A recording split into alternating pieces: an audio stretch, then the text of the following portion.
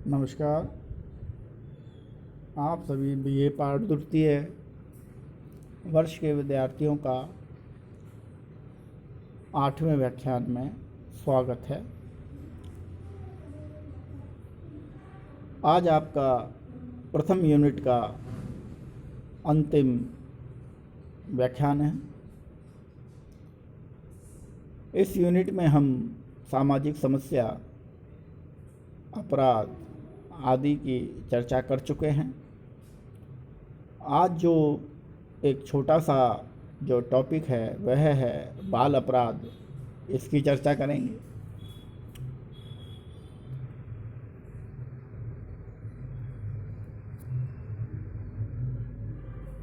बाल अपराध को बाल न्याय अधिनियम 1986 के तहत 7 वर्ष से अधिक एवं 18 वर्ष से कम आयु के अपराधियों को बाल अपराधी कहा जाता है। लड़कों के लिए यह आयु 16 वर्ष है और लड़कियों के लिए यह आयु 18 वर्ष निर्धारित की गई है। अर्थात अपराध का कम आयु का विवरण बाल अपराध की श्रेणी में आता है। अर्थात वे समाज विरोधी व्यवहार जो 7 वर्ष से 18 वर्ष की आयु में किए जाते हैं उन्हें बाल अपराध के अंतर्गत रखा जाता है। अपराध शास्त्री वाटर रैकलेस ने बाल अपराध की जो परिभाषा दी उसके अनुसार बाल अपराध शब्द का प्रयोग दंड संहिता के उल्लंघन या ऐसे व्यवहारों के अनुसरण के लिए किया जाता है जो बच्चों और कम आयु के किशोरों के लिए अनुचित माने जाते हैं। अर्थात वाटर रैकलेस भी अपनी परिभाषा में आयु को आधार बनाते हैं। भारत में बाल अपराध की कुछ विशेषताएं हैं जो मैं आपके सम्मुख रखना चाहता हूं।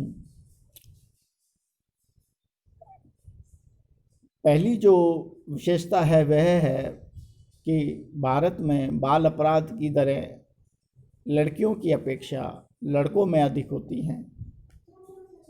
और दूसरी जो विशेषता है वह है कि अपराध की दर प्रारंभिक किशोरावस्था 12 से 16 वर्ष में अधिक होती है।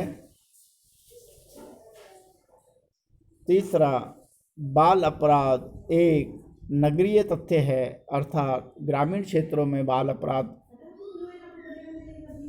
नहीं होते हैं, शहरी क्षेत्रों में ही बाल अपराध की आवृत्ति पाई जाती है।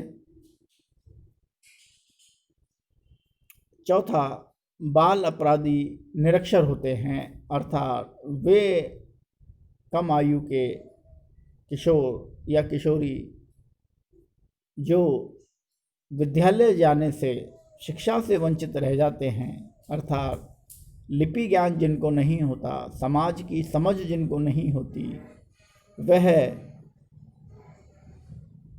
बाल अपराधी होते हैं।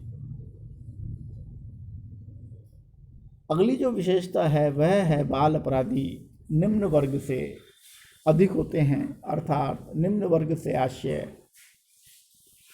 उन समाजों से है जिनकी आय प्रति व्यक्ति आय कम होती है, जीवन स्तर कमज़ोर होता है। जो समाज के निम्न श्रेणी से आते हैं उनमें बाल अपराध